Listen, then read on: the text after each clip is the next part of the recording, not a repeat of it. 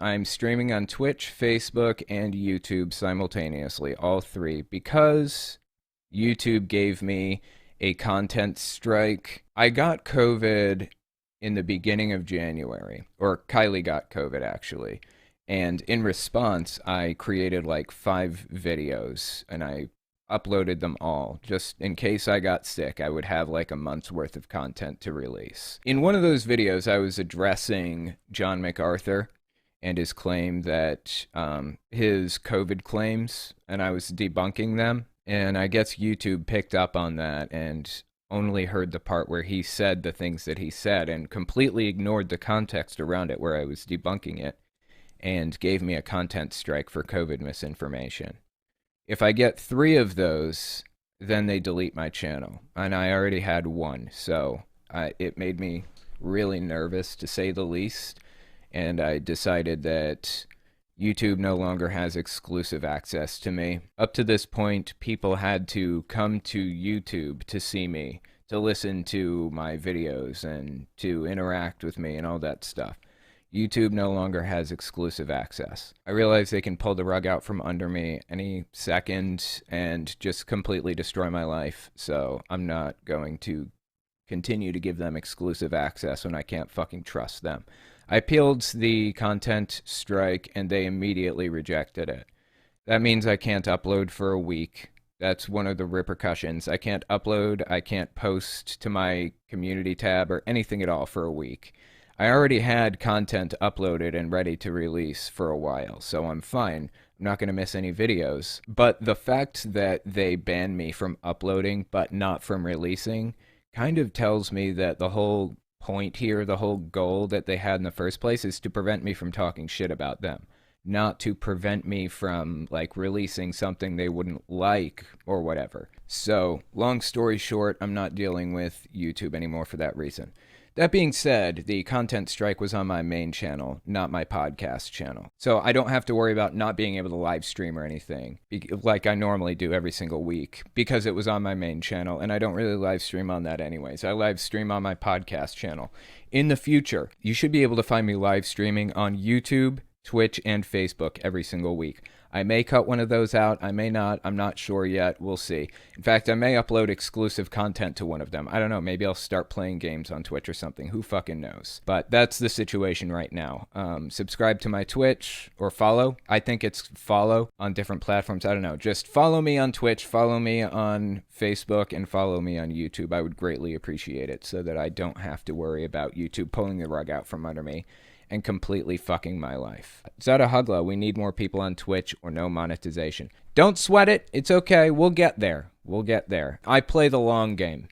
If you guys do want to get to Twitch, feel free, but don't feel like you're obligated to. I have 44 viewers currently, 217 views, 110 followers. We'll get there. It's no big deal. Always play the long game when it comes to social media. Affiliate is literally easy. Partner is a right proper bitch, though. Well, I'm already monetized on YouTube, so maybe it won't be terribly difficult for me. I'm not sure. I guess time will tell. I would like to work with Twitch. I think Twitch is an okay place to be. You can just fill it in with some games. I could do that. I could definitely do that. And hell, maybe I'll make it entertaining. I'm playing Final Fantasy VIII right now. Maybe I'll restart Final Fantasy VII on Twitch. That could be cool. Or play Breath of the Wild, maybe. That could be cool too. And just stream for like an hour or two one day.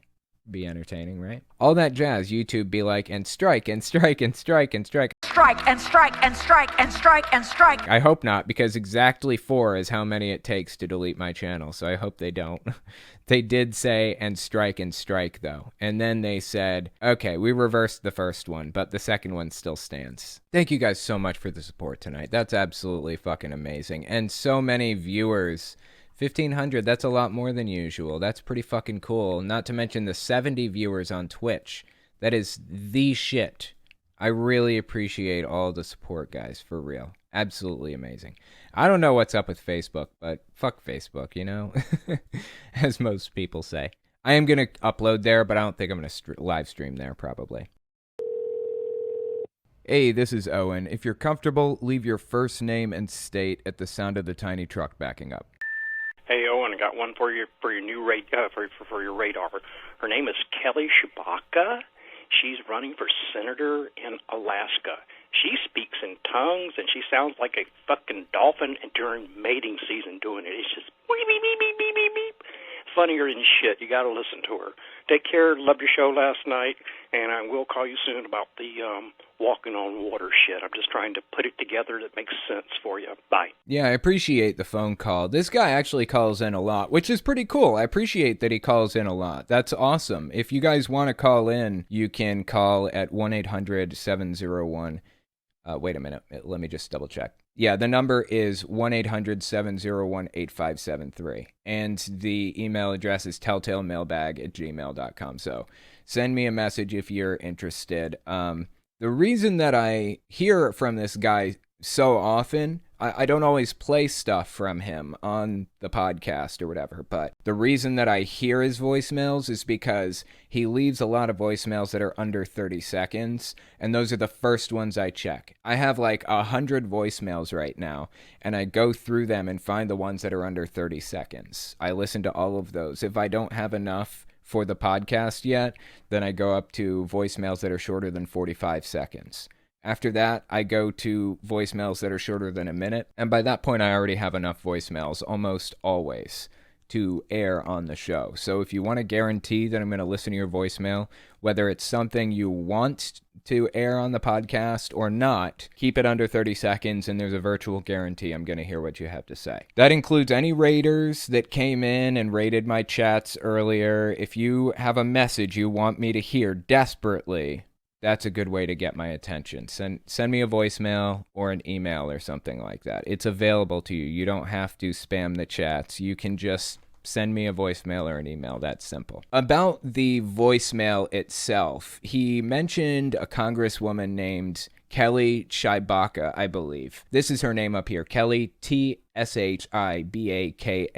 Now, what's unique about this woman is the fact that she is Lisa Murkowski's opponent, I believe. She's an Alaskan congressman, one of the few Republicans who voted to impeach Trump. And he swore to basically unseat her when her time came up. Well, time's up, and Trump is holding to his promise by endorsing an opponent candidate to her. And the opponent that he's endorsing is Kelly Shabaka. So I wanted to actually talk about the video that the voicemail caller was mentioning, and then we're going to read a short article about this woman, just so you get an idea of who she is. In the video, she's talking about her daughter, I believe. She has a very young daughter, and she's talking about what happened when she was little. Me for years and years, until Denali started talking. And then we would have these full conversations at 18 months. So what we just heard here is her imitating the conversations that she had with her kid when they were 18 months old. But it wasn't just baby talk. In a minute, you'll hear her explain that this is what she believed to be actual speech that her daughter was using. And for the record, speaking in tongues is actually a skill that can be learned. It's actually pretty difficult to do naturally, like riding a bike. It's something that you don't normally forget. If you're interested, talk to the YouTuber Prophet of Zod about it. He actually can speak in tongues and did so. He did a demonstration of it at Faithless Forum this past year. It was really, really interesting to listen to. But anyways, it's a skill. It's not something you can just go out there and do. Usually, most people can't. Let's continue listening to Kelly Shabaka describe what her daughter was doing. And I knew exactly what she's saying. I said, oh, yeah? Well, what's that like? I was just going back and watching videos of it. She would tell me, even to this day, I cannot understand what she's saying. But me in the video will translate exactly what she said, an interpretation. And I would converse right back with her, and then she'd go back and say something. So she didn't believe that her daughter was just using baby talk. She seems to believe that her daughter was using real language, like actual words that nobody could understand except for Kelly Shabaka. And then other people would come in the room, and she would have these full conversations with them. And they'd go, and she'd look at them like they were so stupid. And she'd look at me like, will you please interpret for me? And so I'd tell them what she said, an interpretation of the tongue, and then they would talk right back. And that's when I realized God loves it when I try to talk in my spirit language. He thinks it's so cute that the only person in the world who can understand me is him. My God, this is cringy as shit. I'm having trouble expressing how incredibly odd this person is. I really, really deeply hope they don't make their way into Congress, as Trump hopes that she will. So anyway, thank you for the voicemail. I really appreciate that. Thanks for drawing my attention to Kelly Shibaka. She is the opponent of Lisa Murkowski in Alaska. Let's hope she doesn't make her way to Congress. I just want to ask a question about why Christians from here in the U.S. don't always seem to care about Christians in any other country. Like, there have been times when they've been treated badly in other countries, but mostly here in the U.S., they usually just talk about me, me, me. There are a lot of Christians in other countries that are genuinely persecuted, seriously, genuinely persecuted. A lot of Middle Eastern countries have small Christian minority populations, and they are mistreated terribly there, which makes it even more sad when Christians in the U.S., Christian nationalists, Christian extremists, pretend to be persecuted when their brethren in other countries genuinely are. All you have to do, Jeremy, to incur a lot more persecution is buy 2 airplanes. Okay. I feel like it speaks to the narcissism involved, not necessarily clinical narcissism, but the self-centeredness involved here with all of these televangelists especially. I think the televangelists like Kenneth Copeland and Hank Kunneman and others are really the ones that are driving discourse in the Christian community right now for the most part.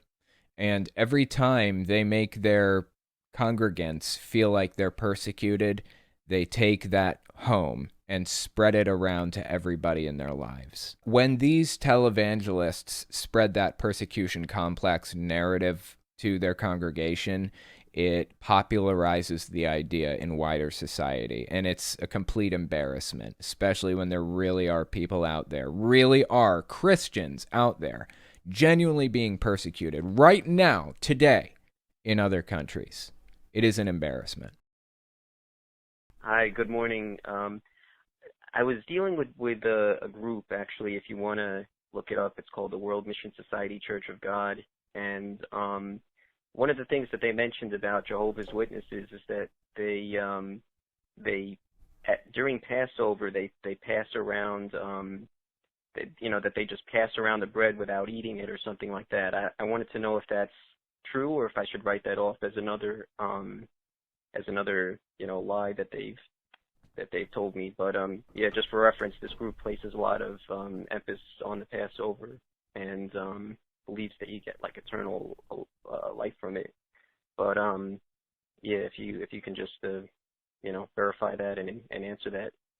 Have a good day. Bye-bye. Yeah, thank you so much for the voicemail. That is an interesting question. Let me back up a little bit and listen to specifics of the claim that they make, and I'll address those specifics. One of the things that they mentioned about Jehovah's Witnesses is that they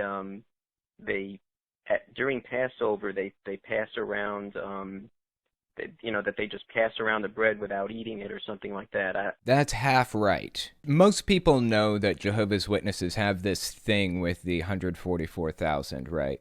Most people know that they believe 144,000 people are going to be going to heaven, and everyone else who is a loyal, believing, door-knocking, baptized Jehovah's Witness will remain here on earth to live in a paradise, basically Garden of Eden 2.0. Well, Jehovah's Witnesses do pass the bread around and the wine to everybody, and every single member of the church, in fact, everybody in the church, in the Kingdom Hall, is expected to touch the plate and the glass of wine.